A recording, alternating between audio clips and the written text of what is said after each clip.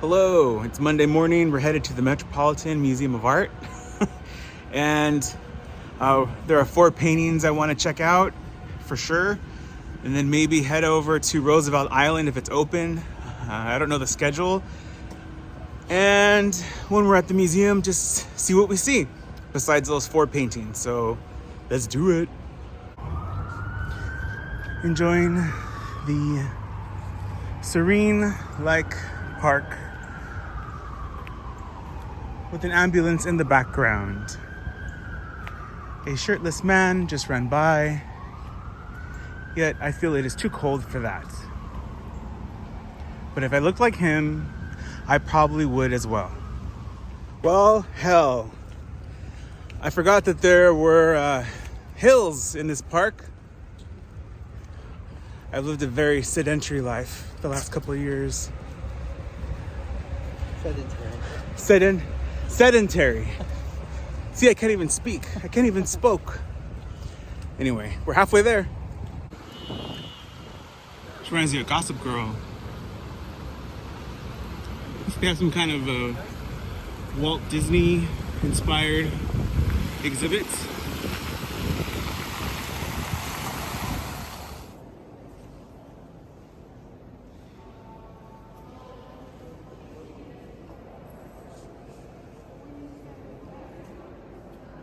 We're inside now, and it feels like it's like 75, 80 degrees.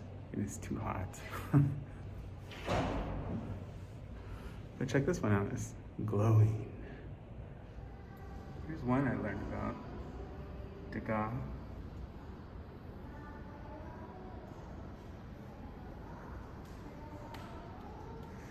He always painted ballerinas.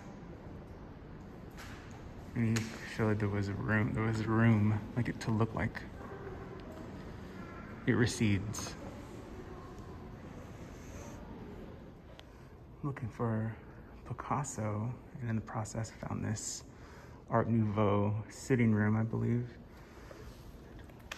What do they call it? Oh, it's a dining room.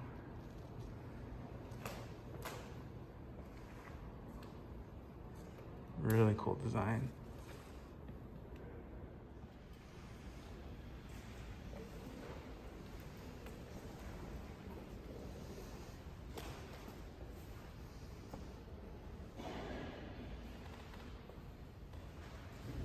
So I won't pretend to be all-knowing in everything Van Gogh, but I do know that he is able to paint how we see things in real life with our own eyes, and yet he developed his own unique style, as many artists did, because they did not want to do what artists before them did. I've been looking for this Picasso. This is Gertrude Stein.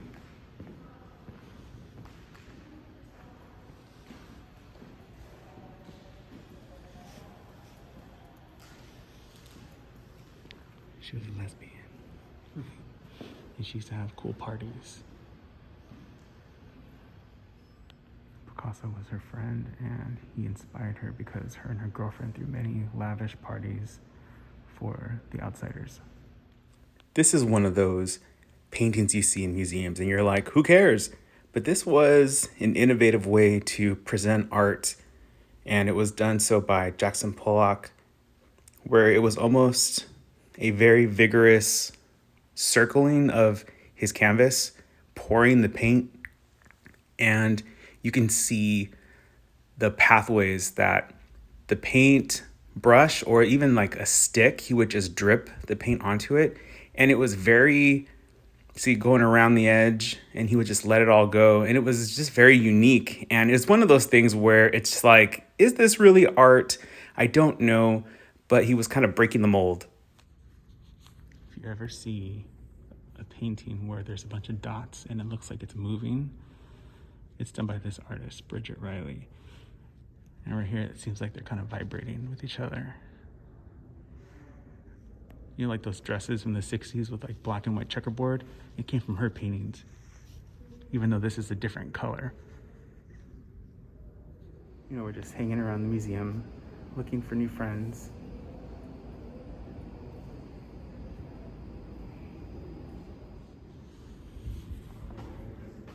The next one I was looking for was The Young Sailor by Henry Matisse.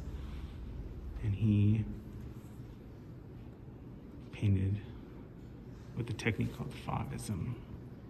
He used colors like this. The original sketch looks like an actual person.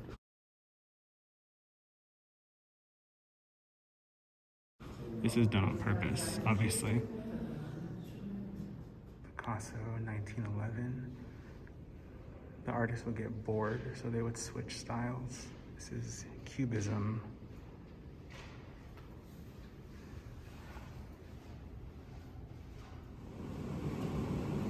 I don't see how that camera could have worked, but I'll take this one in the middle.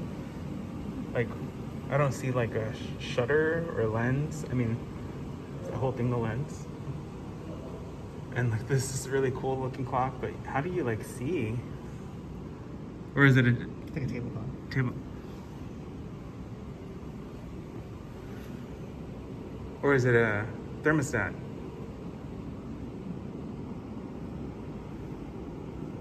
I guess it would say down here, wouldn't it? Radio. Oh, I get it now. The channels. Monet painted this cathedral more than once because he wanted to get the unique lighting, shadows, and displays, and he always painted outside for this reason. He caught a moment in time, which is what Impressionism was all about. We tried to go here, but our car broke down.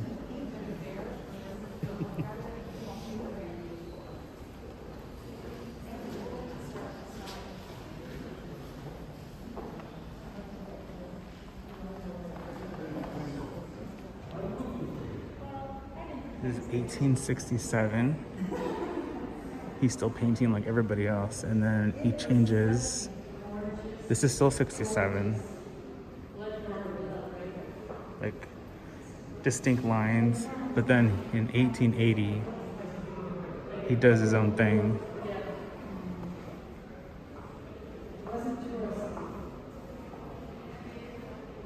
Even in 78, you can't tell the difference in the faces. You can't see the noses or the mouths.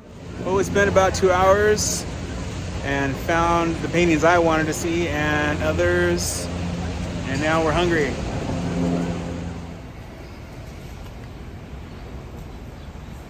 That's it. Number 7.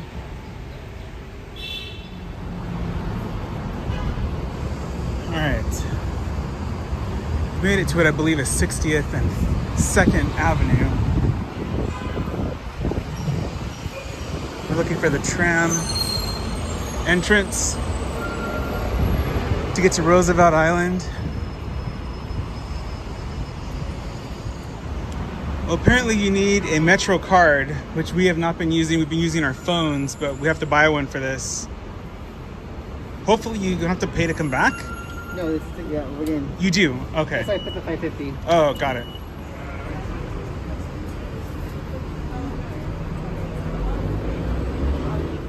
I'm gonna go after work. Yeah, it's that that wasn't really a Very good. Yeah, they got it down to a science. Yeah.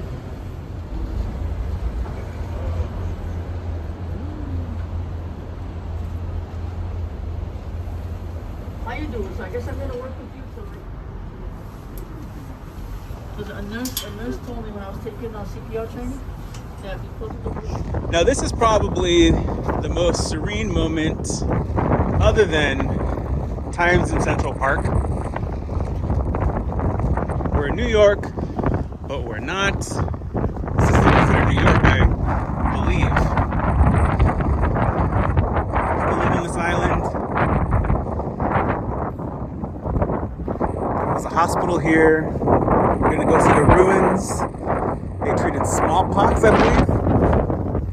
Can you hear me? It's windy out here. Take it from the top, Eric. What did you just say? This place needs what? These were rats. Yes. We saw our first New York City rats. Of many. We've been here a couple times, and we've seen many rats. And we have found the old hospital where they took all these smallpox patients, or was it typhoid? I think it was smallpox. Smallpox. There's a tree in there. I'm kind of in ruins, so they're gonna put a fence around me too.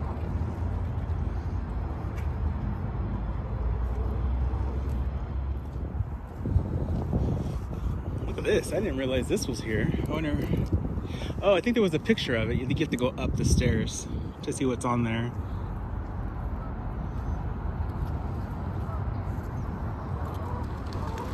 United Nations, right there. You can see all the flags surrounding it. I am Oz, the great and powerful.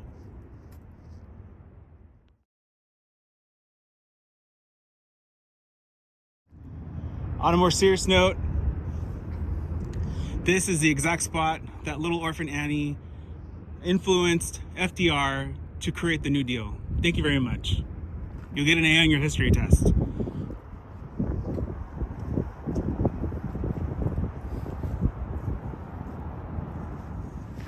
And I said to God, but there was only one set of footprints. And she said, I was on your back. Ellen DeGeneres. Well then, that was Roosevelt Island. There's more to the north. It's a nice little getaway. That's quiet. This is, we're not experts in New York City, but if you want to just have a little quiet time, this is a good place to come see. Oh, she's got her little brace on.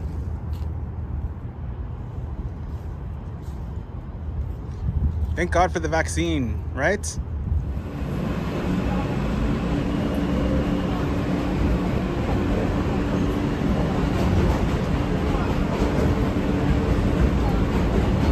And subway ride later, we made it to Stonewall Inn, where the riots happened in 1969. The LGBTQ and soon to be known plus community wanted equal rights. They said hell no, they fought back.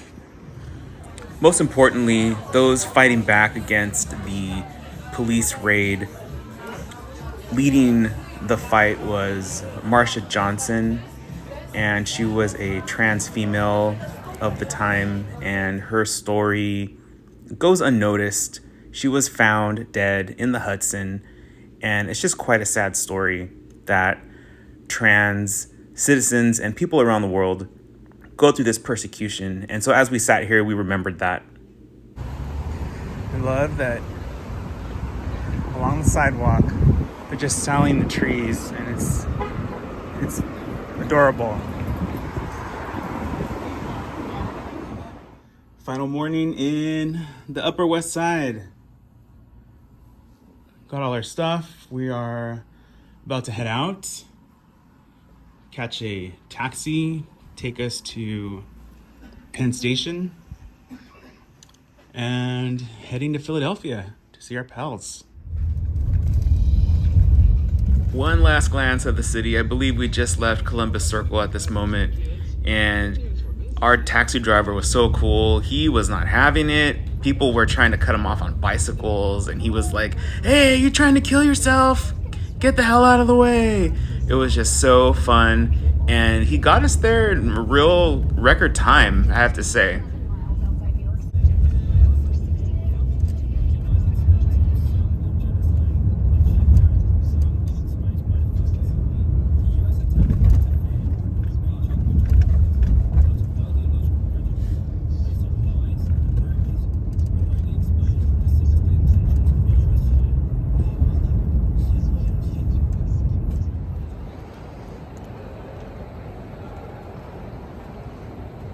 I guess these numbers are for the tracks.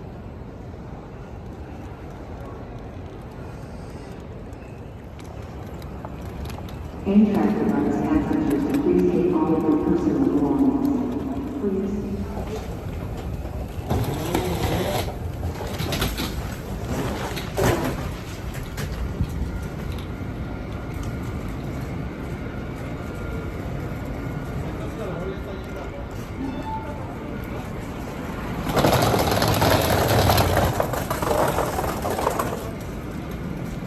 To state the absolute obvious, this was the end of our time in New York City. We were headed to see our very good friends, Lance and Jeff, in Pennsylvania.